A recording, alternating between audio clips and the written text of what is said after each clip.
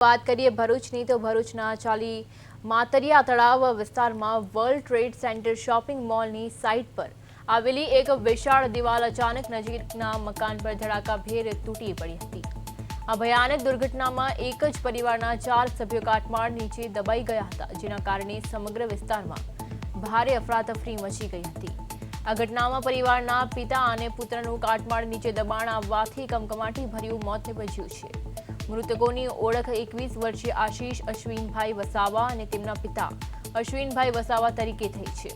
જોકે સદનસીબે પરિવારની 2 મહિલાઓનો આ દુર્ઘટનામાં આબાદ બચાવ થયો છે। ઘટનાની જાણ થતાં જ ભરૂચ નગરપાલિકાની ફાયર બ્રિગેડની ટીમ તાત્કાલિક ઘટના સ્થળે દોડી ગઈ હતી અને ભારે જહેમત બાદ કાટમાળ હટાવી મૃતદેહો તેમજ ઇજાગ્રસ્તોને બહાર કાઢ્યા હતા।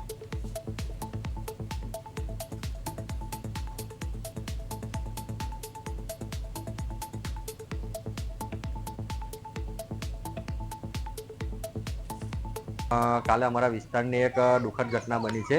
આજે સવારે લગભગ 2.5 કલાકે વરસાદમાં અમારા ફળિયાની બાજુમાં જે શોપિંગ મોલ બને છે તેની જે સાઈડ વોલની જે દિવાલ છે તે વધારે પૂરતું માટીનું દબાણ થવાથી દિવાલ ધરાશાયી થઈ ગઈ છે અને સ્થાનિકમાં એક સ્થાનિકનું ઘર છે તો એના પર દિવાલ પડવાથી એ ઘરના 2 વ્યક્તિઓનું મૃત્યુ। જે શોપિંગનું કામ ચાલે છે એ બધી દરેક માટે અહીંયા ઘર પાછળ નાખી છે। એમને ખબર છે કે આ ઝૂંપડા ગરીબોના છે અને કોટ નમી ગયો છે।